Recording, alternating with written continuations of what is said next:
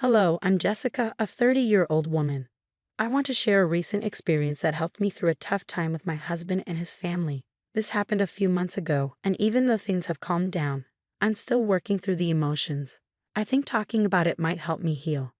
Let's go back 3 years when I made a big decision, marrying my boyfriend Tyler. We met through friends and had 3 great years together before getting married. Tyler was fun, caring, and loving. He came from a wealthy family and had a good job, so he often bought me gifts and showed me affection. We both loved to travel, which made our bond stronger. As we got more serious, my friends were happy for us and praised Tyler. Tyler was very generous, sometimes too much. For example, he bought me a new laptop when I graduated college. I felt uneasy about not being able to spend as much as he did. I'd say, "Tyler, I'm just a college student. I can't match your spending. Let's try to split other costs at least." But Tyler would insist on treating me, saying his friends did the same for their partners. Over time, I got used to it but still tried to contribute as much as I could. After I got a good job, we started sharing expenses more equally and even talked about moving in together. One day, Tyler suggested, "You can move in with me.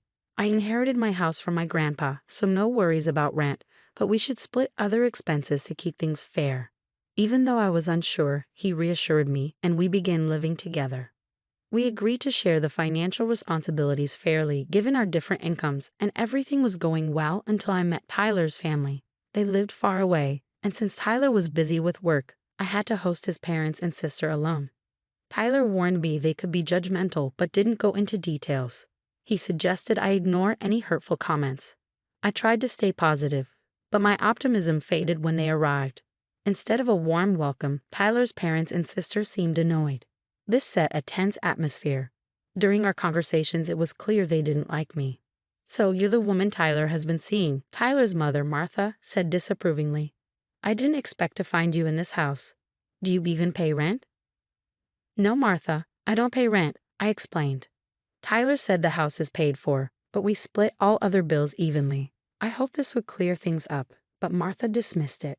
"Just because the house is paid for doesn't mean you can mooch off him. This is his house, not yours. Remember that for the rest of your life." The conversation got more uncomfortable, especially with Tyler's sister, Teresa, who glared at me more than she talked. When I asked about her life, she mentioned being married to a wealthy billionaire and brushed me off. During their visit, Tyler didn't support me and seemed to side with his family.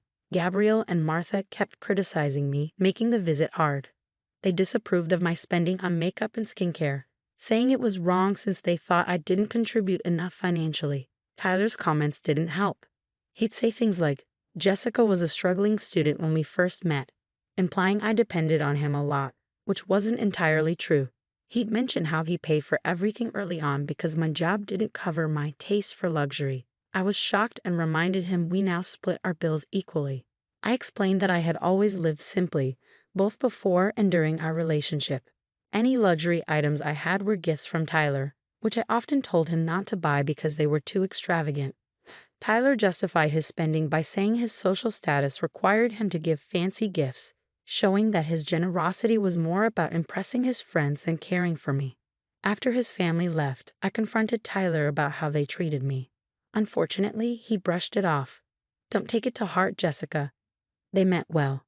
"You're overreacting," he said, dismissing my concerns. Despite my doubts, Tyler proposed 5 months later, and I happily accepted. We planned an engagement party and split the costs. I was running a small side business that Tyler knew about but never asked much about. For me, it was more of a fulfilling hobby than a big money maker. When it was time to organize our engagement party, I decided to treat myself a bit, and Tyler supported the idea.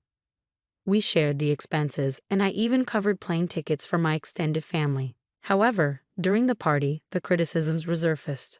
"You shouldn't have spent so much on this party, Jessica," Martha said. "You're draining Tyler's account before you're even married. At this rate, you'll end up with a backyard wedding.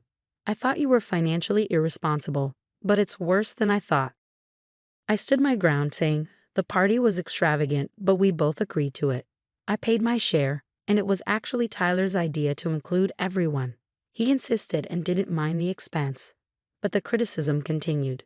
Martha accused me of manipulating Tyler into spending too much. Teresa chimed in, saying I should have been more considerate. Frustrated, I excused myself and went to the lawn to find some peace. There, I overheard Teresa and her husband Justin laughing at me. It felt like my engagement party was falling apart, and Tyler seemed unaware of his family's harsh judgments. Most of his extended family thought I was jobless and dependent on Tyler. My mom, noticing my distress, approached me and suggested I reconsider the engagement due to the ongoing mean comments from Tyler's family. After the party, I confronted Tyler about the situation. He brushed it off as a joke and expressed his love, saying financial matters didn't concern him. I told him I wanted to contribute more, especially towards rent, but he dismissed the idea. As we planned the wedding, the stress increased. Tyler's parents continued to criticize me, accusing me of bankrupting their son. Their constant scrutiny made the engagement period very challenging. I made it clear that everyone, including my mom, was helping with the wedding expenses. However, Martha accused me of taking advantage of Tyler and trying to deplete his bank account, branding me a gold digger.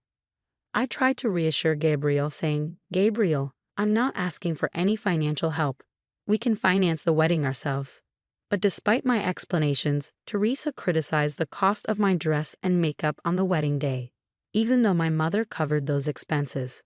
The wedding ceremony went smoothly, but at the reception, Martha and Gabriel continued to criticize my spending habits, accusing me of financially exploiting Tyler.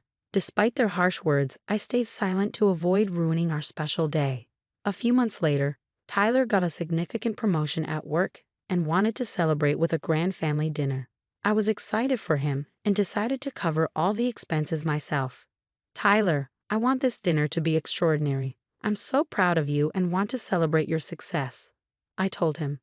Tyler appreciated my gesture, and I told him my business was doing well. I had a stable income from my job and recently accessed a trust fund from my paternal grandfather. I planned the event meticulously to make it perfect. However, when his family arrived, they were unhappy with the arrangements. Despite positive feedback from other guests, his family seemed to disapprove of the celebration's lavishness. During the speeches, Martha stood up and, with her voice carrying across the room, began criticizing. "I want to thank everyone for coming to celebrate my son. He's hardworking and generous, and he really deserves this promotion. Unfortunately, he made a poor choice in his partner. It's sad that he ended up with someone who acts like a gold digger. I wish he had seen her true nature earlier. Then he wouldn't have to work so hard to support her expensive lifestyle." Martha continued, her voice full of regret. "It's clear to everyone here that his wife has been very extravagant. From the engagement party to tonight's dinner, she has almost drained his accounts." Feeling hurt, I took a deep breath and tried to stay calm. Martha added, "Thank goodness we had Jessica sign a prenuptial agreement before the wedding. At least some of his assets are protected." She seemed relieved, saying it was good her son married someone who could at least look like a trophy wife. Tyler agreed with his mother. "I can't even afford to spend money on myself anymore. There's nothing left," he said. He called marrying me a mistake and compared me unfavorably to others. Shocked and frustrated, I finally spoke up. "Do you really think I'm a gold digger?" Tyler's response was cutting. "Your lifestyle is quite damaging to my bank account."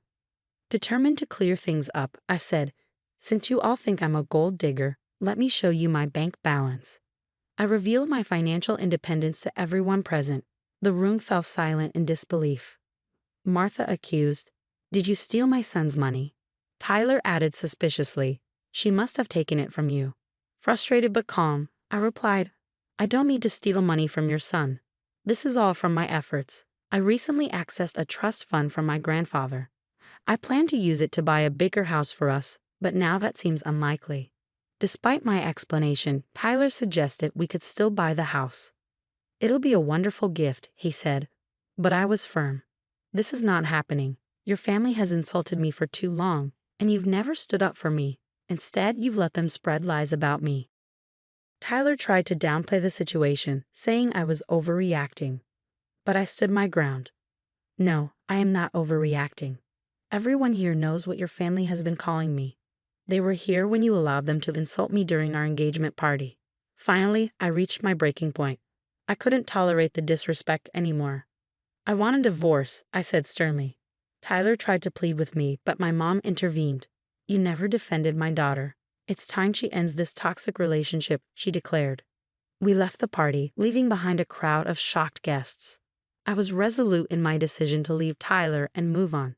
My mom's support was unwavering as we exited, marking the end of a painful chapter in my life.